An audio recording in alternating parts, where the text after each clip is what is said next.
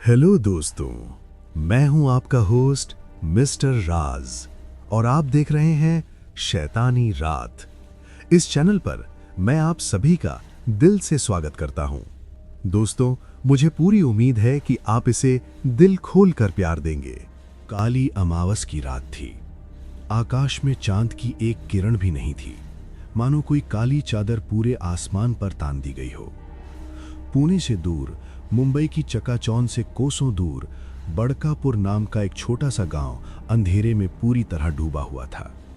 गांव की संकरी गलियों में सिर्फ कुत्तों की भौंकने की आवाज गूंज रही थी, कभी दूर से, कभी बिल्कुल पास से। हवा ठंडी थी, लेकिन उस ठंडक में कुछ और भी था, एक अजीब सी बेचैनी, जैसे कोई अदृश्य आंखें सारी रात गांव पर नजर रख रही हों। गांव के सबसे ऊंचे टीले पर ठाकुर नारायण प्रताप सिंह की पुरानी हवेली खड़ी थी। सदियों पुरानी ये हवेली कभी गांव की शान हुआ करती थी, लेकिन आज रात इस हवेली से आने वाली आवाजें बिल्कुल अलग थीं। झगड़े की आवाजें, गुस्से की आवाजें। रात के ठीक 12 बज चुके थे। हवेली के मुख्य कक्ष में लालटेन की मध्यम रोशनी फैली हुई थी। दीवार पर लगे पुराने घड़ी की टिक टिक की आवाज भी उस कोलाहल में दब कर रह गई थी। बीच कमरे में ठाकुर नारायण प्रताप सिंह खड़े थे। 60 के करीब उम्र, लेकिन कद अभी भी सीधा, चेहरा गंभीर, सफेद धोती कुर्ता पहने, माथे पर गुस्से की लकीरें साफ दिख रही थीं। उनके सामने खड़ा था उनका सबसे छोटा बेटा ठाकुर भानु प्रताप सिंह। भानु की उम्र मुश्किल से 25 के आसपास रही होगी, लेकिन उसका चेहरा और व्यवहार किसी बिगड़े हुए राजकुमार सरीखा था। महंगे कपड़े, गले में मोटी सोने की चेन, कलाई पर चमकती घड़ी, लेकिन आंखें लाल, चाल डगमगाती। वो शराब पीकर आया था। फिर वही हरकत, गांव की एक लड़की को रास्ते में तंग किया था। बात गांव तक पहुंच गई भी, और अब ठाकुर नारायण प्रताप सिंह का गुस्सा 7वें आसमान पर था। तेरी ये हरकतें कब बंद होंगी भानु? ठाकुर की आवाज कमरे में गूंजी, गहरी, भारी, लेकिन कांपती नहीं। मैंने तुझे कितनी बार समझाया, गांव के लोग मुझे सम्मान देते हैं क्योंकि मैं उनकी मदद करता हूं। सूखे में कुएं खुदवाए, स्कूल बनवाया, गरीबों की बेटियों की शादी करवाई, और तू उसी गांव की इज्जत से खेलता है। भानु ने नजरें नीची कर लीं, लेकिन उसकी मुस्कान में कोई पछतावा नहीं था। वो बोला, आवाज में नशे की मस्ती अभी भी बाकी थी। पिताजी, आप भी ना, छोटी सी बात को लेकर इतना गुस्सा? वो लड़की खुद ही। चुप! ठाकुर की चीख ने उसे बीच में रोक दिया। एक बार भी नहीं सोचा तूने कि तेरे इस व्यवहार से इस घर की इज्जत पर क्या बीतती है? तेरे दोनों बड़े भाई दिन रात खेतों में मेहनत करते हैं, गांव के काम देखते हैं, और तू न काम न धाम, बस शराब और औरतें। कमरे के कोने में ठाकुर की पत्नी भानु की मां चुपचाप खड़ी थीं, आंचल से मुंह ढके, आंखें नम। दोनों बड़े बेटे रणवीर और विक्रम भी वहां मौजूद थे, लेकिन दोनों चुप। वे जानते थे कि जब ठाकुर नारायण गुस्से में होते हैं तो कोई बीच में नहीं बोलता। ठाकुर ने गहरी सांस ली, जैसे कई दिनों से वे ये फैसला सोच रहे हों। फिर बोले, आज मैंने तय कर लिया है भानु, तुझे इस गांव से, इस हवेली से दूर जाना होगा। भानु ने चौंक कर सिर उठाया। कहां? मुंबई, मेरे पुराने दोस्त सेठ धनराम के पास। उनकी कपड़े की बड़ी फैक्ट्री है। तू वहां रहेगा, वहां काम करेगा, मेहनत की कीमत समझेगा। शायद वहां की जिंदगी तुझे इंसान बनाए। भानु हंस पड़ा, कड़वी, व्यंग्य भरी हंसी। काम? मैं काम करूंगा? पिताजी, आप भूल गए, मैं ठाकुर भानु प्रताप सिंह हूं, इस गांव का सबसे छोटा ठाकुर। मेरे लिए तो लोग काम करते हैं, मैं उनके लिए नहीं। ठाकुर की आंखें सिकुड़ गईं। अब नहीं करेंगे। कल सुबह ड्राइवर तुझे लेकर जाएगा। सेठ धनराम को मैंने सब बता दिया है। वे तुझे अपने पास रखेंगे और फैक्ट्री में काम सिखाएंगे। तू वहां से छोड़कर वापस उसी दिन नहीं लौटेगा। ड्राइवर को मैंने सख्त हिदायत दे दी है। भानु का चेहरा लाल हो गया। वो आगे बढ़ा, जैसे कुछ कहने को, लेकिन ठाकुर ने हाथ उठाकर उसे रोक दिया। बस, बात खत्म। जा, अपने कमरे में जा, कल सुबह निकलना है। कमरे में सन्नाटा छा गया। भानु कुछ पल तक ठाकुर को घूरता रहा, फिर मुड़ा और बाहर चला गया। उसके कदमों की आवाज गलियारे में गूंजती रही। मां ने आंचल से आंसू पोंछे। बड़े बेटों ने एक दूसरे की ओर देखा, लेकिन कुछ बोले नहीं। बाहर हवेली के मुख्य द्वार पर एक पुरानी एम्बेसडर कार खड़ी थी। ड्राइवर रामू अंदर बैठा इंतजार कर रहा था। ठाकुर ने पहले ही उसे बुला लिया था। रामू गांव का पुराना नौकर था, ईमानदार, चुपचाप। उसे पता था कि कल सुबह उसे भानु बाबू को मुंबई छोड़ना है और बिना रुके वापस लौटना है। रात गहराती गई, हवेली में रोशनी बुझने लगी, लेकिन भानु के कमरे में देर तक लाइट चलती रही। वो बिस्तर पर लेटा छत की ओर देख रहा था। उसके चेहरे पर गुस्सा था, विद्रोह था। वो फुसफुसाया, मुंबई, काम, मैं वहां एक दिन भी नहीं रुकूंगा, देख लेना पिताजी। अगली सुबह कार का इंजन गरजा। भानु सामान लेकर नीचे आया। चेहरा उदास, लेकिन आंखों में विद्रोह की चिंगारी साफ दिख रही थी। मां ने उसे आशीर्वाद दिया। बड़े बेटों ने चुपचाप विदा कहा। ठाकुर नारायण ऊपरी बरामदे में खड़े रहे, दूर से देखते रहे। कोई गले नहीं मिला, कोई आंसू नहीं बहा। कार गांव की सीमा पार कर दूर निकल गई। धूल का गुबार उठा और फिर बैठ गया। हवेली फिर शांत हो गई, लेकिन उस शांति में कुछ टूटने की आवाज थी, एक रिश्ते के टूटने की। कार ने बड़कापुर की सीमाएं पीछे छोड़ दी थीं। भानु खिड़की से बाहर देख रहा था, लेकिन उसकी आंखें कुछ और ही देख रही थीं। गुस्सा, विद्रोह और एक अजीब सा क्रोध। ड्राइवर रामू चुपचाप गाड़ी चलाता रहा। ठाकुर की हिदायत साफ थी, भानु को सेठ धनराम के घर छोड़कर उसी दिन वापस लौटना है। कोई रुकना नहीं, कोई बातचीत नहीं। शाम ढलते ढलते कार मुंबई की सीमा में दाखिल हुई। ऊंची ऊंची इमारतें, चमचमाती सड़कें, तेज रफ्तार की गाड़ियां और हर तरफ भीड़। बड़कापुर का शांत गांव यहां की चकाचौंध में कहीं खोसा गया था। सेठ धनराम का बंगला अंधेरी में था, एक बड़ा आलीशान घर। सेठ धनराम 60 के करीब थे, लेकिन फिट और चुस्त। ठाकुर नारायण के पुराने दोस्त, दोनों ने साथ मिलकर कभी कारोबार शुरू किया था, फिर रास्ते अलग हो गए। सेठ ने भानु को गले लगाया। आजा बेटा, तेरे पिताजी ने सब बता दिया। यहां तू मेरा बेटा ही है, कल से फैक्ट्री चलना शुरू कर देंगे। फैक्ट्री विशाल थी। सेठ धनराम ने भानु को अपना ऑफिस दिखाया। भानु ने मुस्कुराकर सिर्फ इतना कहा, वाह चाचा जी, बहुत बड़ा सेटअप है। लेकिन उसकी आंखों में कोई उत्साह नहीं था। भानु एक दिन भी फैक्ट्री नहीं गया। सुबह देर से उठाता, नाश्ता करता और शाम को एक पब में घुस गया। वहां की चमक दमक, तेज संगीत, विदेशी शराब और हंसती खिलखिलाती लड़कियां, यही थी भानु की दुनिया। उसने खूब पिया, खूब नाच किया और रात 2 बजे सेठ के घर लौटा। एक सुबह वो बिना किसी को बताए घर से निकला। सेठ धनराम ऑफिस गए थे। भानु ने अपना छोटा सा बैग उठाया, जो कुछ भी बचा था, कुछ कपड़े और थोड़े पैसे, और ट्रेन पकड़ ली। रास्ते भर वो सोचता रहा। उसे पता था कि पिताजी बहुत गुस्सा होंगे, लेकिन वो तैयार था।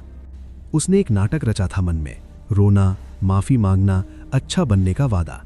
उसे यकीन था कि पिताजी का दिल पिघल जाएगा। आखिर वो उनका सबसे छोटा बेटा जो था। ट्रेन जब पुणे स्टेशन पर रुकी तो भानु ने एक लोकल बस पकड़ी।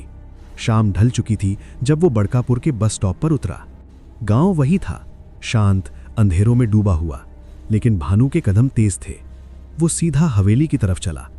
गेट पर पहरेदार ने उसे देखा तो हैरान रह गया। भानु बाबू, आप? हवेली में खबर फैल गई। मां दौड़ी, बड़े भाई चौंक गए। ठाकुर नारायण अपने कमरे में थे। जब भानु अंदर घुसा तो सब चुप हो गए।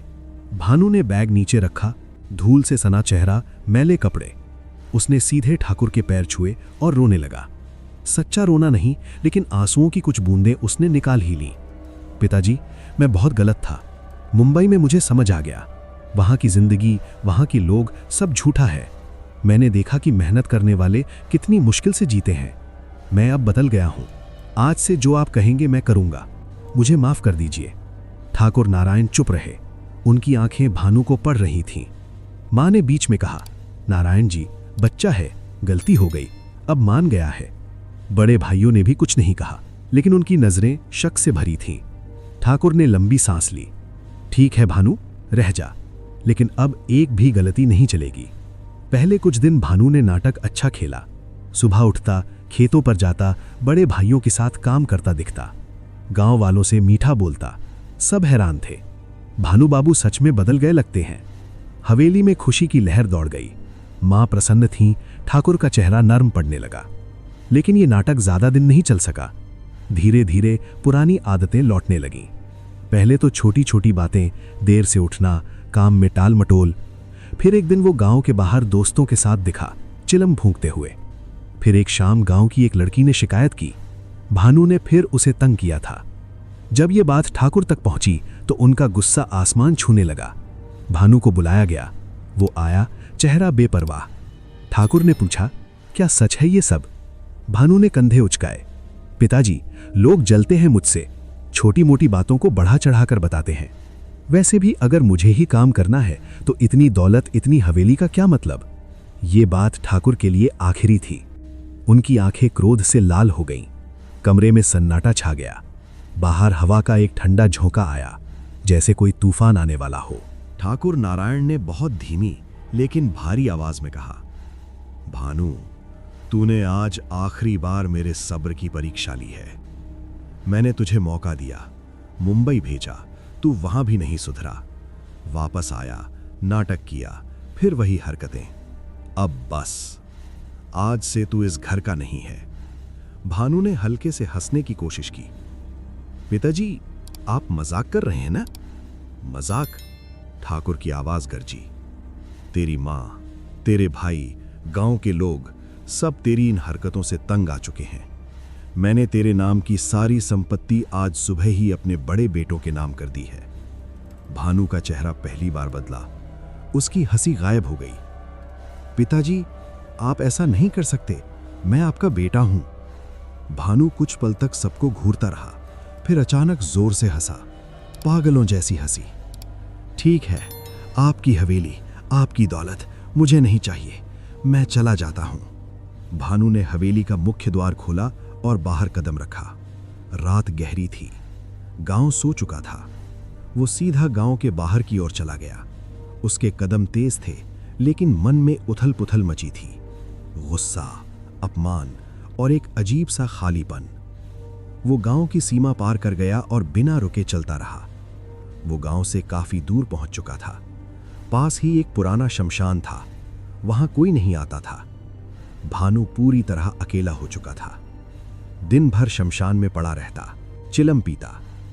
एक शाम सूरज डूबते डूबते भानु चिलम पी रहा था। उसने देखा, दूर जलती चिताओं के बीच एक साया आता दिखा। लंबा कद, काले कपड़े, सिर पर जटाएं।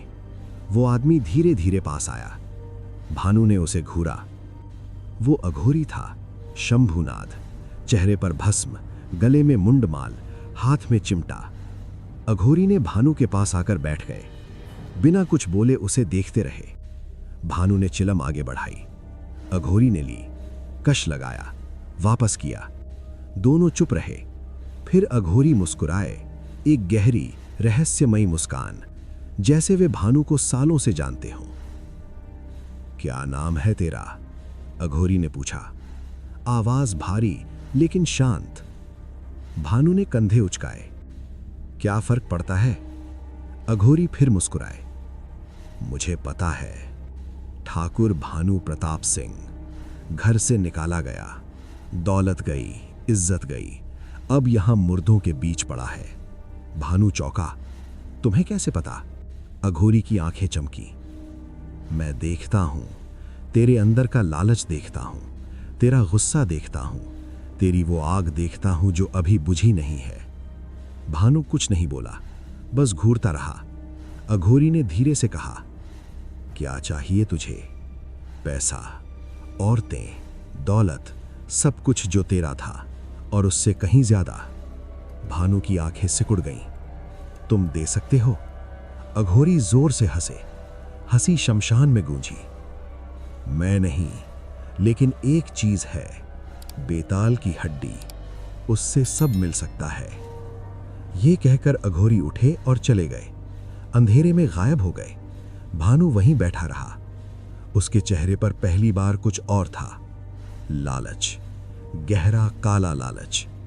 बेताल की हड्डी, नाम सुनते ही उसकी रीढ़ में एक सिहरन दौड़ गई, लेकिन डर नहीं, बस चाहत। रात भर वो जागता रहा। सुबह हुई। धूप शमशान के पुराने पेड़ों से छन कर आई, लेकिन भानु हिला तक नहीं। वो वहीं बैठा रहा, चिलम पीता रहा और अघोरी का इंतजार करता रहा। पूरा दिन बीता। अघोरी नहीं आया। दूसरा दिन भी भानु की बेचैनी बढ़ती गई। वो बड़बड़ाता, कौन था वो? मजाक किया होगा। लेकिन रात होते ही वही शब्द लौट आते, बेताल की हड्डी।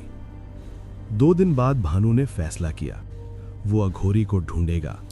उसने अपना फटा बैग उठाया जिसमें सिर्फ एक पुरानी चादर और खाली शराब की बोतल थी। वो शमशान से निकला और गांव की ओर चल पड़ा। लेकिन अब उसका रूप देखकर कोई उसे पहचान नहीं पाता था। लंबी जंगली दाढ़ी, गंदे बाल, मैले कुचैले कपड़े, नाखून काले और टेढ़े मेढ़े, आंखें लाल जैसे कई दिनों से नींद ना आई हो। वो गांव की गलियों में घूमा। लोग दूर से देखते और रास्ता बदल लेते। कोई पागल है, वे फुसफुसाते। कोई नहीं जानता था कि ये वही ठाकुर भानु प्रताप सिंह है जिसने कभी गांव की लड़कियों को तंग किया था। भानु ने हर जगह ढूंढा, पुराने मंदिर, नदी किनारा, जंगल का किनारा। उसने लोगों से पूछा भी, एक अघोरी देखा है, लंबा कद, जटाएं, मुंडमाल पहने? लोग डरकर पीछे हट जाते। यहां कोई अघोरी नहीं आता। वो फिर शमशान लौट आता, इंतजार करता। एक शाम उसे याद आया, गांव से थोड़ा दूर नदी के किनारे एक और पुराना शमशान है। कम लोग जाते हैं वहां। बहुत घना जंगल है और रात में अजीब अजीब आवाजें आती हैं। भानु ने सोचा, शायद वो वहीं हो।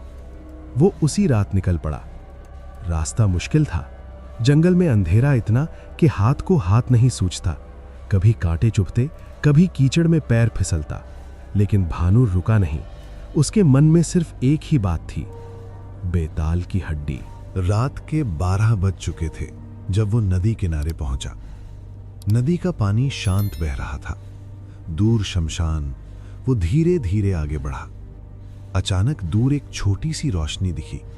एक झोंपड़ी, लकड़ी और मिट्टी की बनी, छत पर घास, बाहर नींबू मिर्ची की मालाएं लटक रही थीं। दरवाजे पर खोपड़ी का एक गहना टंगा था। हवा चलते ही वो हिलता और खटखट की आवाज करता। भानु का दिल तेज धड़का।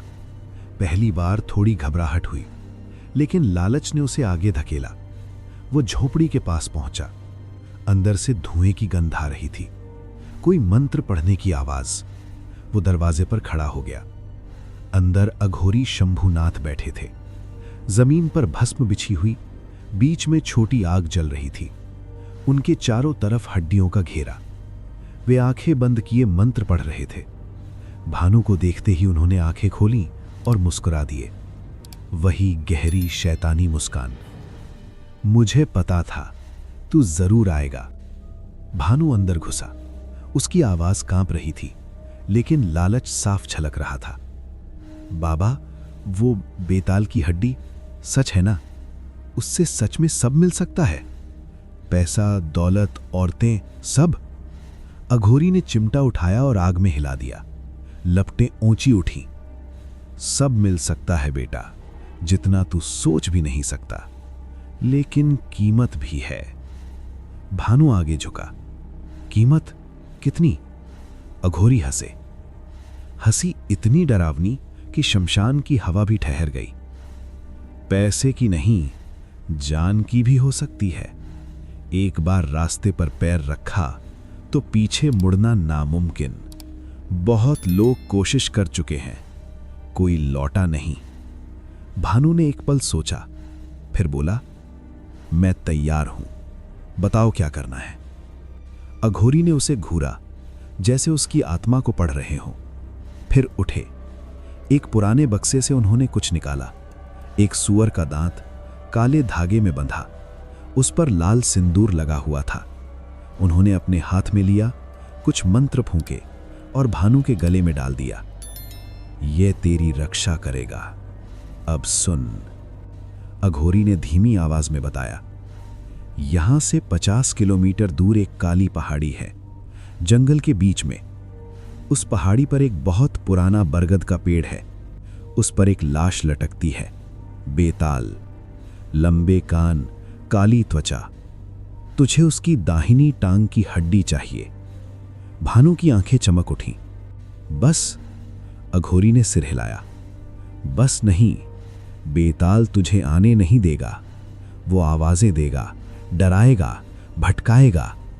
तुझे एक खास विधि करनी होगी। मैं तुझे मंत्र दूंगा। पेड़ के चारों तरफ 7 चक्कर लगाना, फिर सिंदूर और भस्म मिले चावल से घेरा बनाना, एक दिया जलाना, फिर मंत्र पढ़ते रहना। जब बेताल नीचे गिरे तो खड़क से उसकी टांग काट लेना। सिर्फ एक मौका मिलेगा, चूका तो बेताल तेरा सिर उड़ा देगा। भानु सुनता रहा, उसका चेहरा पत्थर जैसा। डर नहीं, सिर्फ चाहत। अघोरी ने एक छोटा थैला दिया, सिंदूर, भस्म, चावल, एक खड़ग और एक कागज पर लिखा मंत्र। जा, अगली अमावस्या की रात सबसे अच्छी रहेगी, लेकिन जब चाहे जा सकता है। याद रख, बेताल झूठ बोलेगा, कहेगा कि मैं झूठा हूं, मेरी बातों में मत आना। भानु ने थैला लिया, उसकी आंखें जल रही थीं। बाबा, मैं कर लूंगा। अघोरी फिर मुस्कुराए, लेकिन इस बार मुस्कान में कुछ और था, जैसे कोई पुराना सपना पूरा होने वाला हो। जा बेटा, मैं इंतजार करूंगा।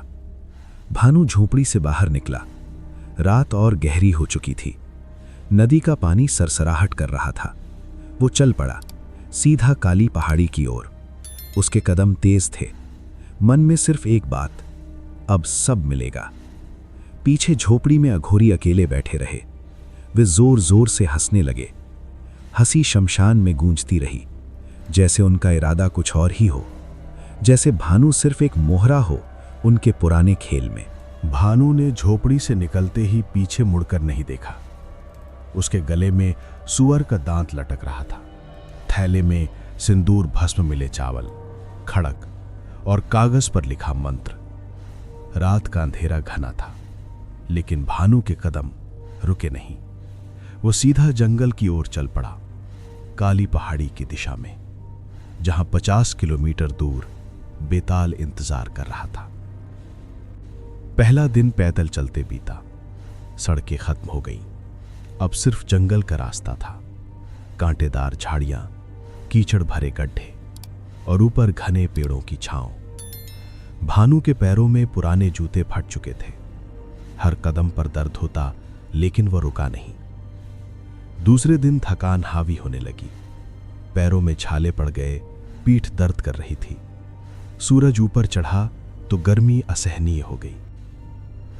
तीसरे दिन सुबह दूर से काली पहाड़ी दिखने लगी। नाम सार्थक था। पूरी पहाड़ी काले पत्थरों से बनी, ऊपर तक घना जंगल। सूरज की रोशनी भी वहां ठीक से नहीं पहुंचती थी।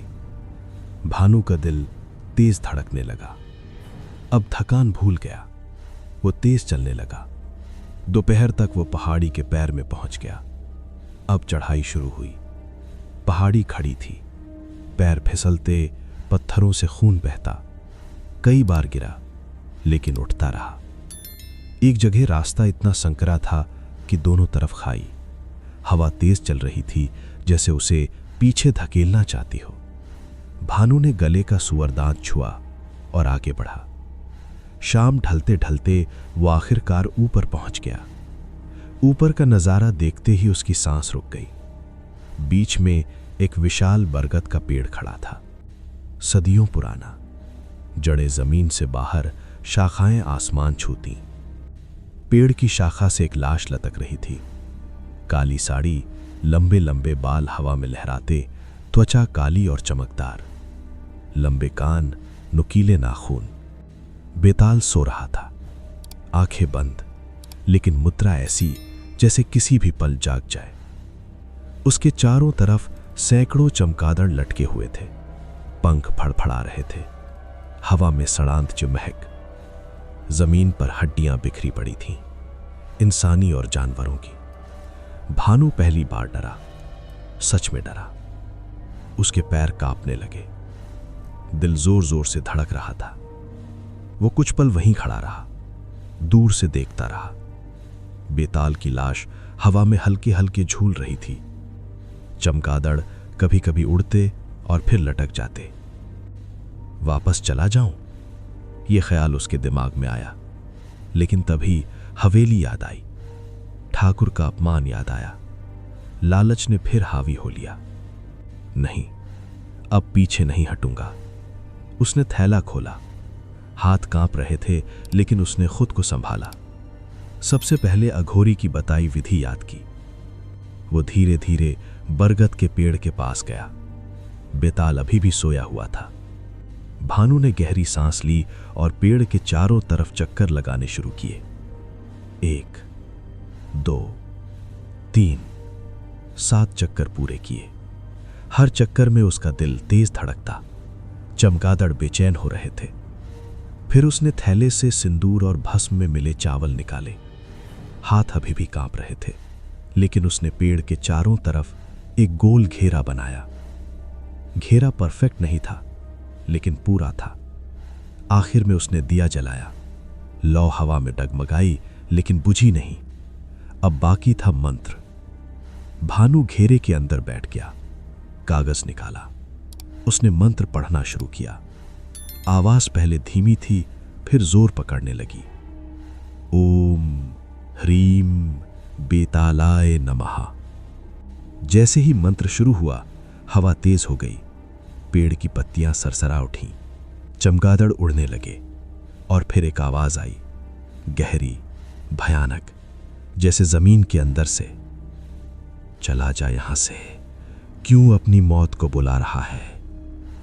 भानु की रीढ़ में सिहरन दौड़ गई। आवाज बेताल की थी, लेकिन वो अभी भी लटका हुआ था, आंखें बंद। भानु ने मंत्र जारी रखा। तभी एक ठंडा झोंका उसके चेहरे पर लगा। ऐसा लगा जैसे कोई अदृश्य हाथ उसे छू गया हो। दिया की लौ डगमगाई। भानु ने गले का सुअरदात छुआ और मंत्र तेज पढ़ने लगा। आवाज फिर आई, इस बार और करीब। मूर्ख, उस अघोरी की बातों में मत आ। वह तुझे मौत के मुंह में ढकेल रहा है। वापस चला जा, अभी भी वक्त है। भानु की आंखें बंद थीं। वो मंत्र पढ़ता रहा, लेकिन अंदर से डर बढ़ रहा था। पसीना छूट रहा था। फिर भी वो नहीं रुका। अचानक हवा रुक गई। सन्नाटा छा गया। भानु ने आंखें खोली और तब उसने देखा बरगद की जड़ों के पास से धुंध उठ रही थी। धुंध से आकृतियां बनने लगीं। भूत प्रेत, कुछ बिना सिर के, कुछ टूटे अंगों वाले। वो घेरे के बाहर खड़े थे। उसे घूर रहे थे, जैसे हमला करना चाहते हों, लेकिन घेरा रोक रहा हो। भानु का कलेजा मुंह को आया, लेकिन वो चीखा नहीं, बस मंत्र पढ़ता रहा। आवाज अब कांप रही थी, लेकिन रुकी नहीं। बेताल की लाश हल्के से हिली। चमगादड़ जोर से चीखे और फिर आवाज फिर गूंजी, इस बार गुस्से में। रुक जा, तू नहीं जानता वो अघोरी क्या चाहता है। वो मेरी सिद्धि चाहता है, तेरे जरिए। छोड़ दे ये सब, नहीं तो मर जाएगा। भानु ने मंत्र और तेज पढ़ा। उसकी आवाज गूंज रही थी। दिया की लौ स्थिर हो गई। भूत प्रेत और करीब आ गए, लेकिन छू नहीं पाए। रात गहराती जा रही थी। बेताल की आंखें अभी भी बंद थीं, लेकिन उसकी लाश अब ज्यादा झूल रही थी, जैसे कुछ होने वाला हो। भानु जानता था कि अभी तो शुरुआत है, असली लड़ाई बाकी है। भानु घेरे के बीच में बैठा था, आंखें बंद। मंत्र की धुन उसके होठों पर बनी हुई थी। दिया की छोटी सी लौ अब स्थिर थी, लेकिन हवा में एक अजीब सी भारीपन थी। भूत प्रेतों की आकृतियां घेरे के ठीक बाहर खड़ी थीं। कुछ के चेहरे सड़े हुए, कुछ के शरीर अधूरे, आंखें लाल और चमकती हुई। वे चुपचाप उसे घूर रहे थे, जैसे इंतजार कर रहे हों कि मंत्र की धार कहीं ढीली पड़ जाए। लेकिन सूअर का दांत भानु के गले में गर्म हो रहा था, जैसे कोई अदृश्य ढाल बनकर उसे बचाए रख रहा हो। भानु ने मंत्र तेज किया। उसकी आवाज अब कांप नहीं रही थी। ओम ह्रीम क्लीम बेतालाय फट स्वाहा। हर शब्द के साथ हवा में कंपन होने लगा। पेड़ की जड़ें हिलने लगीं, जैसे कोई नीचे से धक्का दे रहा हो। चमगादड़ अब उड़कर चारों तरफ घूम रहे थे, लेकिन घेरे में नहीं घुस पा रहे थे। भानु की पीठ पर पसीना था, लेकिन वो नहीं रुका। तभी बेताल की लाश हिली, पहले हल्के से, फिर जोर से। लंबे कान हवा में लहराए और अचानक आंखें खुल गईं, लाल जलती हुई आंखें, ऐसी आंखें जो अंधेरे को भी चीर सकती थीं।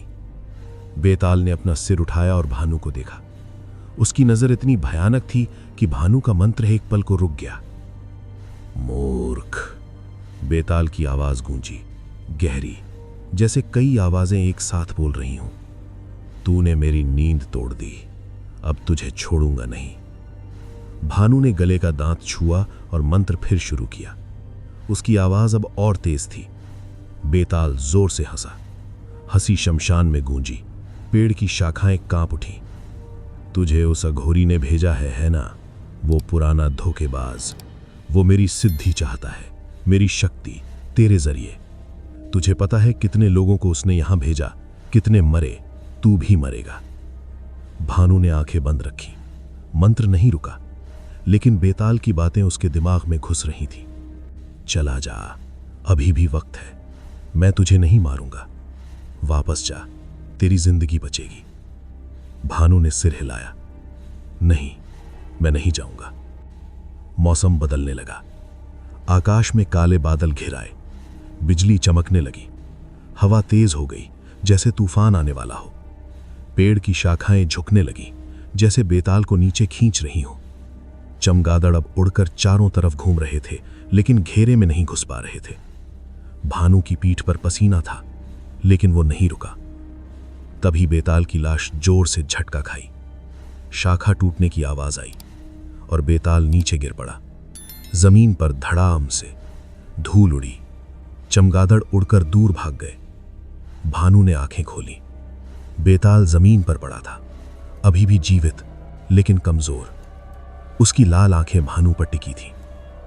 तूने मेरी बात नहीं मानी। बेताल की आवाज अब कमजोर थी, लेकिन गुस्से से भरी। अब तू भी मरेगा। भानु ने पास पड़ी खड़ग उठाई, अघोरी ने जो दी थी। उसका हाथ कांप रहा था। बेताल उठने की कोशिश कर रहा था। भानु ने एक पल भी नहीं गवाया। वो दौड़ा और खड़ग से एक ही वार में बेताल की दाहिनी टांग पर वार किया। खड़ग तेज था, हड्डी टूटने की आवाज आई। एक जोरदार चीख गूंजी, इतनी तेज कि भानु के कानों में खून बहने लगा। बेताल की टांग अलग हो गई, खून की जगह काली चिपचिपी चीज बहने लगी। और तभी बेताल की लाश धुंध में बदल गई। धुंध उठी और गायब हो गई। सिर्फ हड्डी बची, सफेद, चमकदार, दाहिनी टांग की हड्डी भानु के हाथ में। भानु वहीं बैठ गया। उसकी सांसें तेज थीं, पूरा शरीर कांप रहा था। हड्डी उसके हाथ में ठंडी थी, लेकिन जैसे कोई शक्ति उसमें बह रही हो। उसने जोर जोर से हंसना शुरू कर दिया, पागलों जैसी हंसी। मिल गया, मिल गया, अब सब मेरा है। भानु पहाड़ी से उतरकर 2 दिन और पैदल चलता रहा। उसके हाथ में थैला था जिसमें बेताल की हड्डी सुरक्षित पड़ी थी। तीसरे दिन शाम को वो नदी किनारे वाले शमशान पहुंचा। भानु ने दरवाजे पर दस्तक दी। अंदर से अघोरी की हल्की हंसी आई। दरवाजा खुला और शंभुनाथ बाहर निकले। भानु को देखते ही उनकी आंखें चमक उठीं। आ गया मेरा शेर, अघोरी ने जोर से हंसते हुए कहा। हड्डी लाया? भानु ने थैला आगे बढ़ाया। अघोरी ने उसे खोला और हड्डी बाहर निकाली। सफेद, चमकदार, अभी भी हल्की ठंडक लिए हुए। अघोरी ने उसे सूंघा, छुआ, फिर आंखें बंद करके कुछ मंत्र पढ़े। उनका चेहरा प्रसन्नता से भर गया। बढ़िया काम किया तूने। बहुत लोग गए, कोई लौटकर नहीं आया, तो पहला है जो हड्डी लेकर आया। अघोरी ने भानु के कंधे पर हाथ रखा। अब बस 3 जात बाकी हैं। भानु ने उत्सुकता से पूछा, क्या करना होगा? अघोरी ने झोपड़ी के अंदर बुलाया। जमीन पर भस्म बिछी थी, बीच में छोटी आग। उन्होंने हड्डी को एक काले कपड़े पर रखा। रात ठीक 2 बजे तुझे इस हड्डी की पूजा करनी है, इसी मंत्र से जो मैंने दिया था। हड्डी अपने पास रखनी है, एक पल भी दूर नहीं। 3 रात लगातार। अगर एक भी रात छूटी तो सब व्यर्थ। बेताल तुझे भ्रमित करने की कोशिश करेगा, आवाजें देगा, सपने दिखाएगा, डराएगा, लेकिन तू उसके बातों में मत आना। 3 रात पूरी हुई कि सिद्धि हमारी। फिर जो चाहे मांग लेना, दौलत, औरतें, राजपाट सब मिलेगा। भानु की आंखें चमक उठी। मैं कर लूंगा बाबा, अघोरी ने मुस्कुराते हुए कहा। जा, आज पहली रात है, जहां चाहे पूजा कर, लेकिन अकेले। मैं यहां रहूंगा। 3 रात बाद तू यहां आना, अंतिम अनुष्ठान के लिए। भानु झोपड़ी से निकला। वो पास के शमशान में ही रुक गया। एक पुरानी समाधि के पास बैठ गया। हड्डी को कपड़े में लपेटकर गोद में रखा।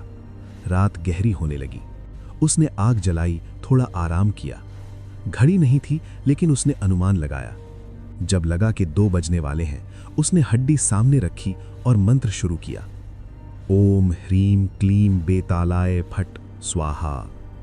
पहली रात शांत बीती। मंत्र पढ़ते पढ़ते सुबह हो गई। कोई आवाज नहीं आई, कोई भ्रम नहीं। भानु खुश था। बेताल डर गया मुझसे, वो सोचता।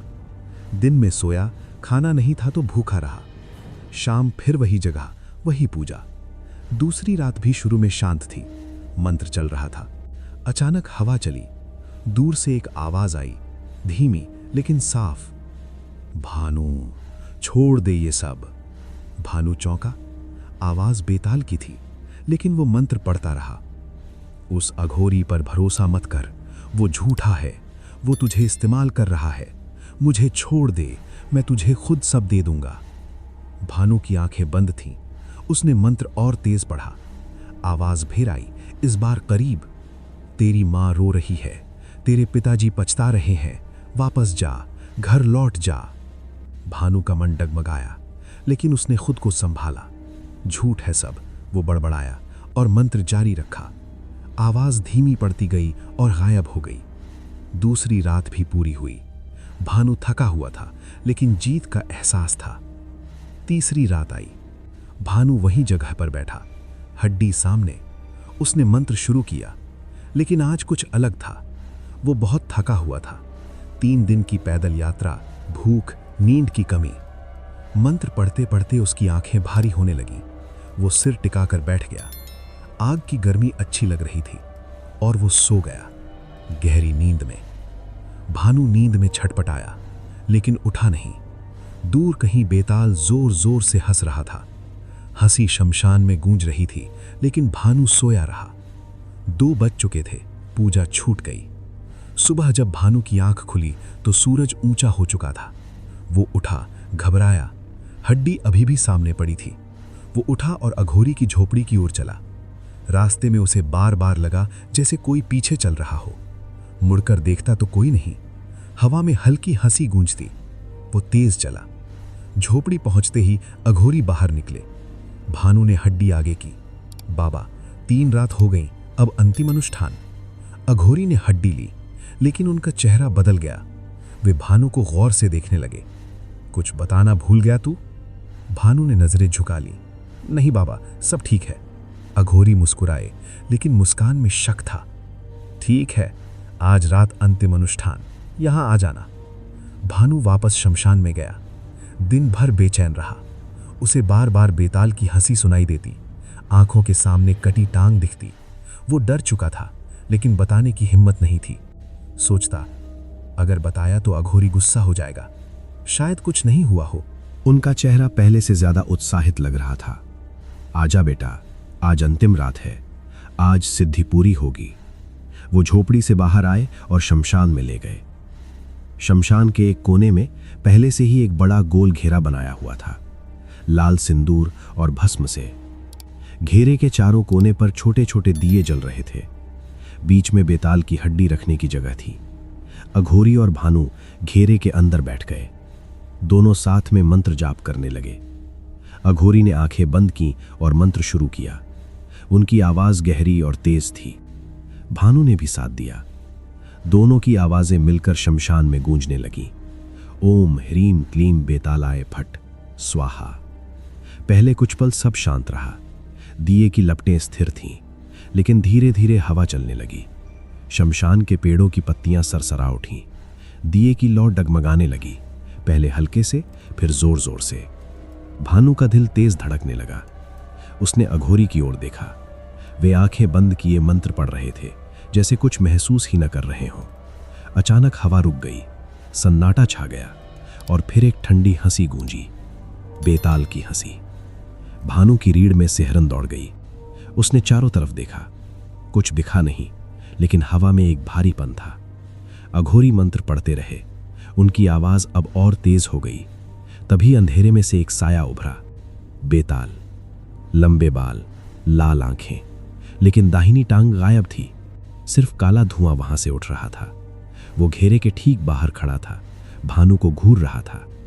भानु की सांस रुक गई, उसकी आवाज मंत्र के अटक गई, जिससे भानु का कवच कमजोर हो गया था। वो चीखना चाहता था, लेकिन गला सूख गया। बेताल मुस्कुराया, दांत नुकीले, होंठ काले, और फिर एक झटके से बेताल घेरे के अंदर आ गया। उसने भानु की ओर हाथ बढ़ाया। भानु पीछे हटना चाहता था, लेकिन पैर जम गए। बेताल का हाथ उसकी गर्दन पर पहुंचा, ठंडा जैसे बर्फ। एक पल में सब खत्म। खड़क जैसी कोई चीज चली, लेकिन दिखी नहीं, सिर्फ आवाज आई, मांस कटने की, हड्डी टूटने की। भानु की गर्दन अलग हो गई। उसका धड़ एक तरफ गिरा, सिर दूसरी तरफ गिरा। खून बहा। आंखें अभी भी खुली थीं, लेकिन जीवन गायब। उसी पल अघोरी की आंखें खुली। उसने देखा, उसके पैर कांप गए। भानु की लाश घेरे में पड़ी थी, गर्दन अलग, सिर पास ही लुढ़का हुआ। आंखें उन्हें घूर रही थीं। नहीं, ये कैसे? अघोरी फुसफुसाए। उनका चेहरा सफेद पड़ गया। और तब बेताल सामने प्रकट हुआ, पूरा ठोस, गुस्से से भरा। उसकी लाल आंखें अघोरी पर टिकी थीं। तो फिर आ गया शंभुनाथ। कितने मासूमों को तूने मेरे लिए बलि चढ़ाया, कितनों की जान ली अपनी सिद्धि के लिए। अब तेरी बारी है। अघोरी पीछे हटे। उन्होंने जल्दी से हाथ उठाया और अपने चारों तरफ एक और सुरक्षा कवच बनाया, अदृश्य लेकिन चमकता हुआ। बेताल ने हमला किया, हाथ से वार, लेकिन कवच ने रोक लिया। बेताल पीछे हटा, फिर जोर से हंसा। कब तक बचेगा तू इस कवच में? कितने दिन की शक्ति बची है इसमें? अघोरी की सांसें तेज थीं। वे सोच रहे थे, कहां गलती हुई? सब ठीक तो था। 3 रात की पूजा। अचानक उन्हें याद आया, भानु ने कुछ छुपाया था। वे आंखें बंद किए ध्यान करने लगे। कुछ पल बाद उनकी आंखें खुली, डर से भरी। मूर्ख कहीं का, 3री रात पूजा नहीं की इसने। मुझे बताया नहीं, मुझे भी मरवा दिया। वे गुस्से में बेताल की हड्डी की ओर बढ़े। हाथ में मंत्र पढ़ते हुए हड्डी उठाई और जोर से दूर फेंक दी। एक पल के लिए बेताल गायब हो गया, धुंध बना और हवा में विलीन। अघोरी ने राहत की सांस ली। वे सुरक्षा कवच से बाहर निकले, शांत। हड्डी दूर पड़ी थी, लेकिन तभी हवा फिर चली, जोर से, और बेताल फिर प्रकट हुआ, ठीक अघोरी के सामने। इस बार और करीब और गुस्से में। सोचा मैं चला गया? बेताल हंसा। तेरी ये छोटी मोटी विद्या मेरे सामने कुछ नहीं। अघोरी चीखे और कवच फिर बनाना चाहा, लेकिन देर हो चुकी। बेताल का हाथ उनकी गर्दन पर था। एक झटका, गर्दन उड़ गई, खून की धार फूटी। अघोरी का धड़ गिरा, सिर लुढ़कता हुआ भानु के सिर के पास जाकर रुका। बेताल ने झुककर अपना खून पिया, पहले भानु का, फिर अघोरी का लाल खून। फिर उसने दूर फेंकी हुई हड्डी उठाई। हवा में एक अजीब रोशनी चमकी। हड्डी अपनी जगह पर लग गई, जैसे कभी कटी ही ना हो। बेताल ने एक लंबी डरावनी हंसी छोड़ी। हंसी पूरे शमशान में गूंजी, नदी तक पहुंची, जंगल तक। फिर वो धुंध बना और गायब हो गया। शमशान में सिर्फ 2 लाशें पड़ी थीं, एक युवा की, एक बुजुर्ग की। दोनों की गर्दनें अलग। दिए बुझ चुके थे। हवा शांत हो गई। सुबह हुई। सूरज की पहली किरणें शमशान में पड़ी। 2 लाशें सड़ने लगी थीं। कौवे आए, लेकिन पास नहीं आए। सियार दूर से घूरते रहे। हवा में मौत की गंध थी। कोई इंसान वहां नहीं आया, और सब खत्म हो गया। सबसे बड़ी मौत हुई एक लालच की वजह से। बेताल वापस अपनी पहाड़ी पर लौट गया, इंतजार करने अगले लालची का। कहानी खत्म। लेकिन याद रखना, लालच की आग में जलना आसान है, बुझाना नामुमकिन।